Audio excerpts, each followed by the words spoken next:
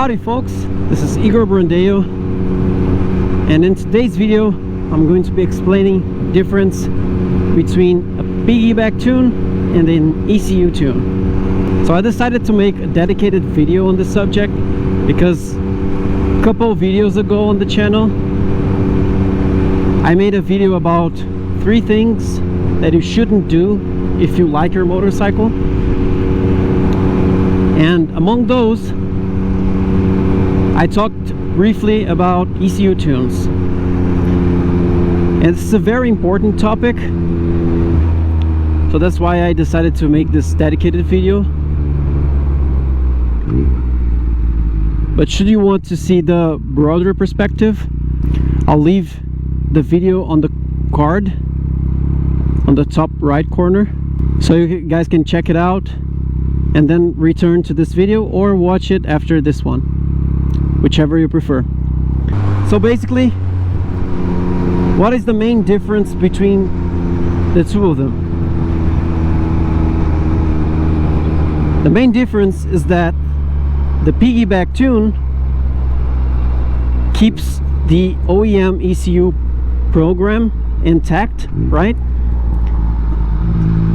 And you add a second ECU, an aftermarket one, to change those signals to make the OEM ECU believe that it's running on certain specs, but in reality it is not. So essentially that's the piggyback tune. And as for the ECU tune,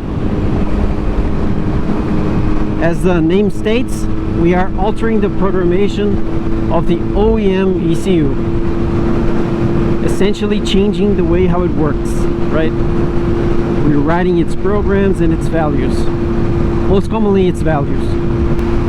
So now that you guys know the difference between both, what does that translate in reality? So there are pros and cons, advantages and disadvantages for both approaches, and I'll start with the piggyback tune. So for the piggyback tune, the advantages is that you can have a better map than or other than OEM running when, for example, your bike is new like this one and people haven't managed to crack the OEM software yet. So this is one big advantage of doing a piggyback tune. Having a better map than OEM running right away. Because normally when new bikes release into the market, first they do the exhausts and a couple months later they manage to crack the ECU. Sometimes quicker, sometimes later, all depends on the specific bike and specific software. But that's pretty much it. That's the only advantage there is to piggyback tuning, because since it's essentially tricking the OEM ECU, the bike, even though the tuner knows what they're doing and the equipment, the aftermarket equipment doing the piggyback is of quality, you're still not running as perfectly as OEM would be. And the reason why is because the factory engineers put lots and lots, certainly hundreds, maybe thousands of hours into tuning the proper air-fuel ratio on these bikes, on the various TPS conditions, accelerating hard, accelerating lightly, progressively opening the throttle, progressively closing the throttle, 1% TPS, and so on and so forth. Since the piggyback is tricking and it's usually done within a couple hours, maybe more, but it's only a small percentage of the fine-tuning that it's done to the OEM map. So that makes a less than ideal experience. The bike will run and will feel strong, right?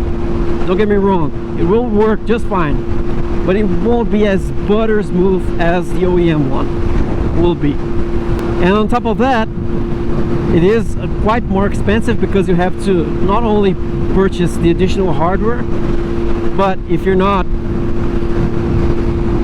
a mechanic or technician yourself, you'd have to pay for service for people to install and do the wiring for you. And the wiring is quite a bit complicated because you have to place